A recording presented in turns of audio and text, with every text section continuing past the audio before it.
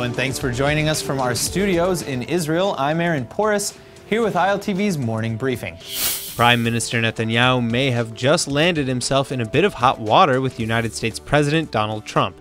Hours after Netanyahu made the bombshell announcement that Israel and the United States were discussing a plan to officially annex Jewish settlements in the West Bank, the White House strongly denied his claim, prompting Netanyahu himself to immediately backtrack on his remarks. Many are calling this quick-draw reversal denial the first real tiff between Netanyahu and Trump, whose relationship until now has been quite strong. But the White House's statement that the Israeli leader's claims were purely false is an unusual on-the-record remark for the Trump administration. This comes less than 48 hours after Trump himself confessed that he wasn't, quote, necessarily sure that Israel is looking to make peace, end quote, with the Palestinians, specifically referring to Israel's settlements as a complicated obstacle to peace. This could mean that there's trouble in paradise. The White House's new budget for 2019 has, however, added an extra $200 million in aid to Israel for the coming years, so maybe this little spat is just a bump on the road. Palestinian Authority President Mahmoud Abbas has just met with Russian President Vladimir Putin in Moscow to deliver a major request. The Palestinians have asked Russia to diminish the United States' role in the peace process and potentially step up to fill the void as well. Relations between Washington and the Palestinians took a nosedive in December after President Trump's controversial decision to recognize Jerusalem as Israel's capital. From that point on, the Palestinians refused to accept the United States as an impartial negotiator in the peace process, a situation made more tense when the White House decided to slash nearly half its funds to the UN's chief refugee agency for the Palestinians, UNRWA. President Abbas has now asked Putin personally to reconfigure the Middle East Quartet, which oversees the peace process, and ultimately remove the United States from the table. For now, this request is merely laying the seeds, but considering Israel will not accept negotiations without the United States, it remains to be seen what future peace talks could look like, or when the parties might even start talking again in the first place. Palestinian security officials have returned a missing M16 weapon stolen during yesterday's attack on two IDF soldiers in JENIN.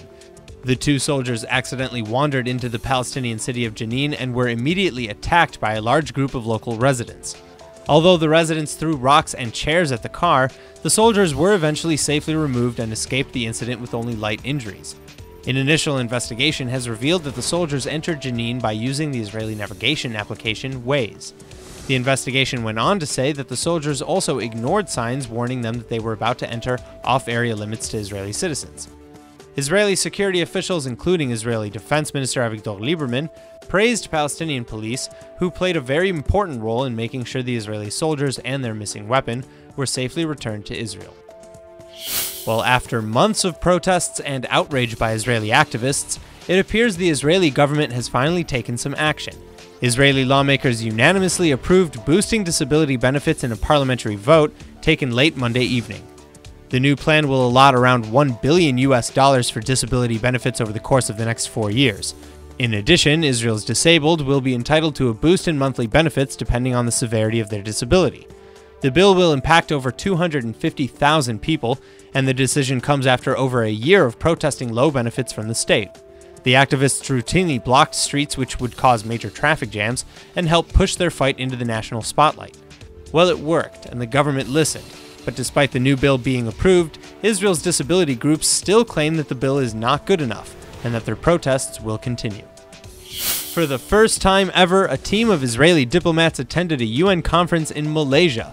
The week-long conference focused on raising awareness on sustainable urban development throughout the world.